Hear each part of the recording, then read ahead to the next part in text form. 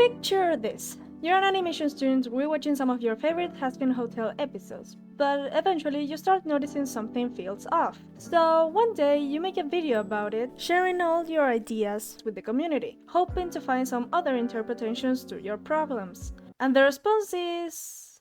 Hi, my name is Sarah and I've been an animation student for the past 3 years. In this video I'll be sharing 3 character redesigns, Lucifer, Angel, Dust and Rosie, along with the creative reasoning behind each one. These are not fixes but reinterpretations guided by visual storytelling, shape language and character roles.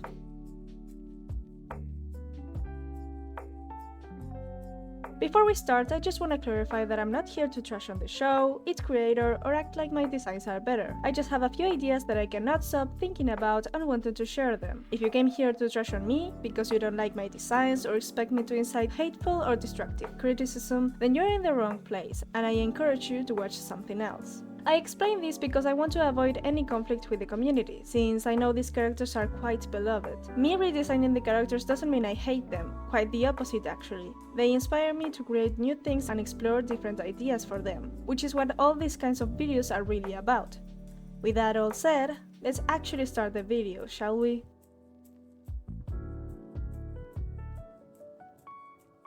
In my last video I talked about what I think is the main problem with the show's character design, and that is the fact that most of Hazbin Hotel characters come from Vipsipo's old webcomic called Zoophobia, meaning that the characters we now know and love are actually scraps from a completely different story and world.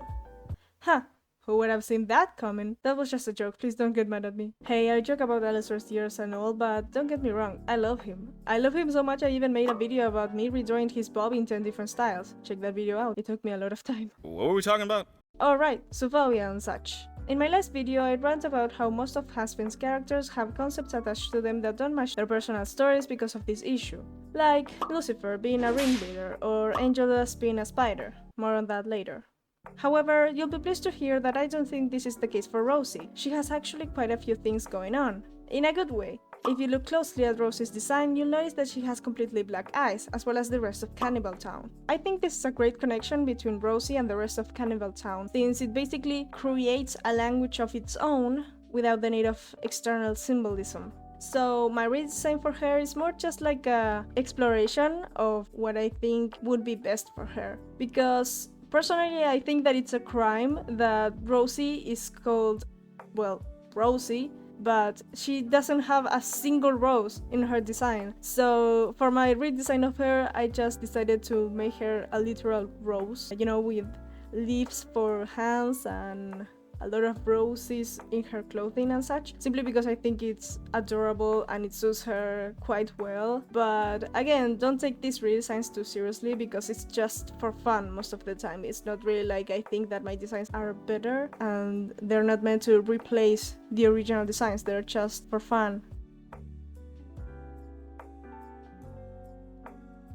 Okay, so how I stated in my original video, Hazbin Hotel has a bit of a habit of giving its characters aesthetics that don't always feel fully connected to their stories. Not bad designs, just designs that sometimes feel more visual than narrative. Except, plot twist, Angel Dust is actually one of the few cases where the symbolism almost works. Angel is designed as a spider, supposedly because of his entanglement in the web of crime. And on paper, yeah, that tracks. I can see the logic there. Webs, crime, traps, the whole thing. Conceptually, it makes sense. Kind of. But here's where I start having issues with it. Spiders, traditionally, aren't just associated with webs, they're associated with power. They're predators. They control the space around them. They lure, trap, and consume their victims. A spider isn't just someone caught in the web, a spider owns the web. A great example of this done right is the beldam from Coraline. She isn't a spider just because it looks cool. Her entire story mirrors how a spider operates. She builds a false, more exciting version of reality, lures Coraline into it, and slowly tightens her control. The world itself is her web. There's even a moment where Coraline wears a little bug-shaped hair clip. This isn't accidental, it's because spiders eat bugs, and the beldam eats children.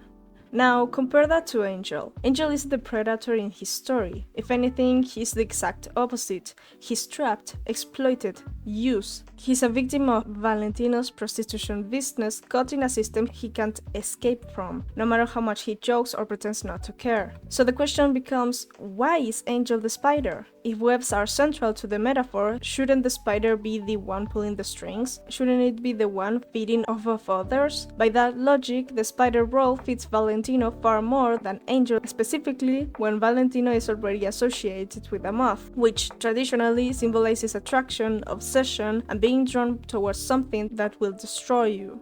Angel being a spider flips the power dynamic in a way that doesn't fully align with his narrative. It unintentionally frames him as someone with control, when the tragedy of his character is that he doesn't have any.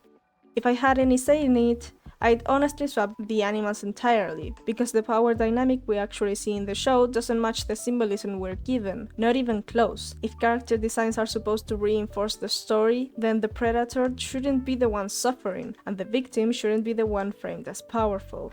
There's also something else that isn't really spelled out in the show, but pretty much every hardcore fan knows about it. Every senior's demon form includes at least one feature they hate about themselves, something that reflects their shame, their trauma, or the part of their identity that they're constantly at war with, something that reflects their shame and trauma. For Angel, that feature is supposedly his legs. And I'm sorry, but even saying that out loud doesn't feel right. Angel doesn't struggle with his legs. They're not the source of his pain, his insecurity, or his self-loathing. If anything, they feel like an arbitrary choice, something picked because it sounds uncomfortable, not because it actually connects to his story. But you know what would make sense? His chest. Angel's chest already reassembles a traditionally feminine figure, and in his case, that detail could carry a lot of narrative weight. It could symbolize how his body has been modified, feminized, and stripped of autonomy, and how he's been reduced to an object, a product, Valentino's favorite toy, not because Angel is feminine, but because that's the role he's been forced into. That discomfort, being trapped in a body that constantly reminds him of his exploitation, that feels far more in line with the internal struggle we see him wrestle with throughout the show. The jokes, the flirting, the overconfidence, all of it starts to feel less like personality and more like armor. And suddenly, the design isn't just aesthetic anymore, it's telling the same story the character is in.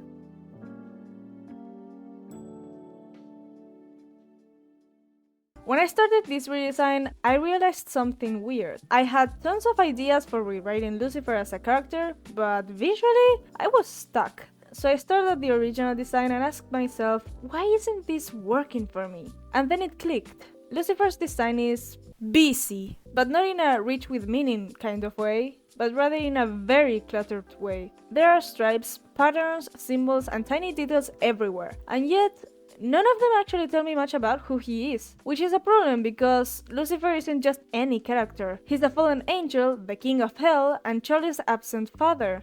And somehow his main visual theme is a ringmaster. What does that actually communicate about him? This is something I've mentioned before in these videos. Hazbin Hotel has a habit of giving characters aesthetics that don't really connect to their stories. And before someone starts typing aggressively in the comments, yes, I know there's probably lore, yes, I know there are wiki pages, and yes, I know there must be a convoluted reason that explains it. But here's the thing. If the audience has to do extra homework to understand your character design, then something just isn't working. And that's not me being mean. That's literally the industry standard. Good character design should tell you something instantly through clothes, colors, shapes, posture, etc. Nothing is just for aesthetics. Look at TADC, for instance. Ragatha is a ragdoll because she was abused and mistreated. Kinger is a chess king because he's someone with higher power among the circus members.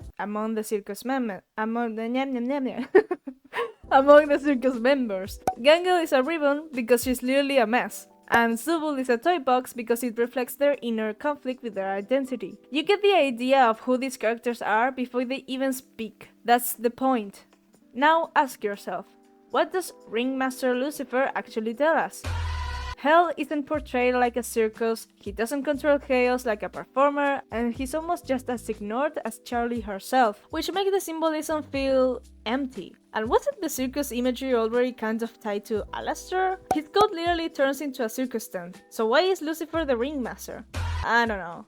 and that confusion is what pushed me to redesign him. Because of all this, I decided that I wanted Lucifer to look more royal and angelic, because that's who he is. I moved away from the ringmaster idea entirely and leaned into the sharper, more structured clothing. I also gave him puffier garments for two reasons. One, to change his silhouette, and two, because bulkier clothing makes him look even shorter. If you watched my baggy redesign video, you know I changed her palette to light blue. That's because heaven and hell have radically different color languages. Hell is full of reds, yellows, and blacks, while heaven is represented with whites, golds, and light blues. And one thing that always bothered me about Lucifer's design is that his angelic side is basically just white. Everything else is red or pink. So I experimented with palettes that actually blend both worlds, and because of this, my redesign ended up looking more somewhat of a ringmaster, which I found deeply ironic. If you put my designs for Charlie and Lucifer side by side, you'll notice that their shape languages are wildly different, and I like that. It visually reinforces how distant they've become due to Lucifer's absence. Charlie is round and soft, while Lucifer is sharp and square-like, a fun contrast to represent their different worldviews. Finally, the hat. The original had a snake, an apple, and a crown. All great ideas, just too many at once. So I kept the crown and simplified it, which became a subtle callback to my own Charlie redesign.